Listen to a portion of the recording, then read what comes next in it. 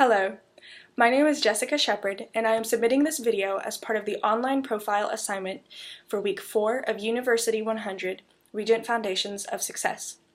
I will be responding to 3 sets of questions as laid out in the Blackboard shell for this week's assignments.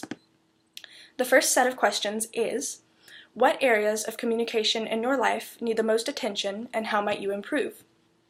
Probably my greatest challenge in communication is remembering that most people do not appreciate bluntness to the extent that I do.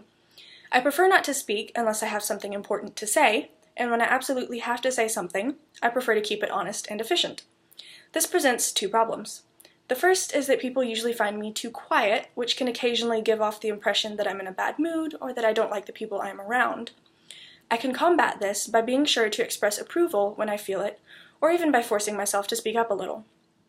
The second problem is that my bluntness can offend people, even when I have no intention of being rude. This problem is much harder to combat because I find it particularly difficult to detect the subtleties of what sorts of things cause offense.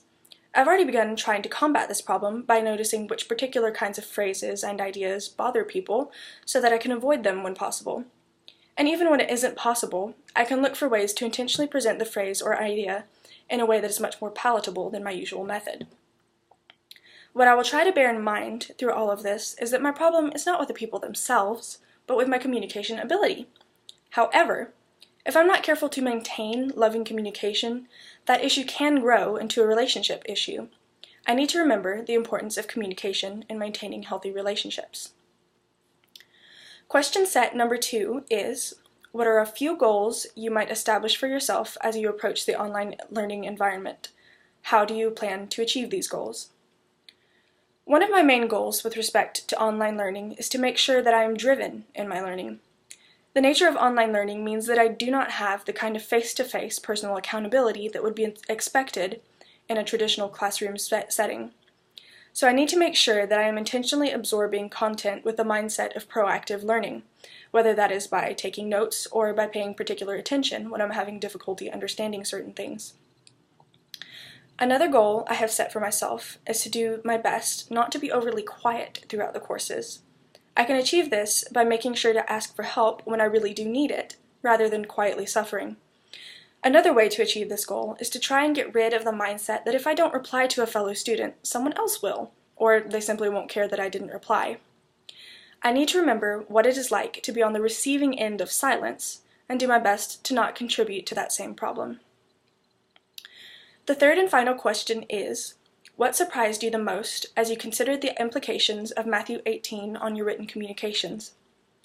Although it didn't necessarily surprise me, something that really stood out to me when I was reading Matthew 18 this week was verses 6 through 7, read from the English Standard Version, which say, "But whoever causes one of these little ones to sin, it would be better for him to have a great millstone fastened around his neck and to be drowned in the depths of the sea. Woe to the world for temptations to sin, for it is necessary that temptations come, but woe to the one by whom the temptation comes." Even though it isn't easy to put into practice, it is easy to frequently at least remember to be humble when communicating with others in writing. But these verses brought to mind a new and subtler facet of godly communication that I hadn't been remembering, and that is to keep in mind that even if what you're saying isn't overtly prideful, angry, or rude, if it is the kind of content that causes others to be tempted to sin, then it is still wrong. So even if what I am saying isn't face-to-face, I still need to be vigilant in making sure it isn't causing others to be tempted to sin. That is the end of the 3 sets of questions, but I wanted to conclude with Proverbs 15:4 from the English Standard Version. "A gentle tongue is a tree of life, but perverseness in it breaks the spirit."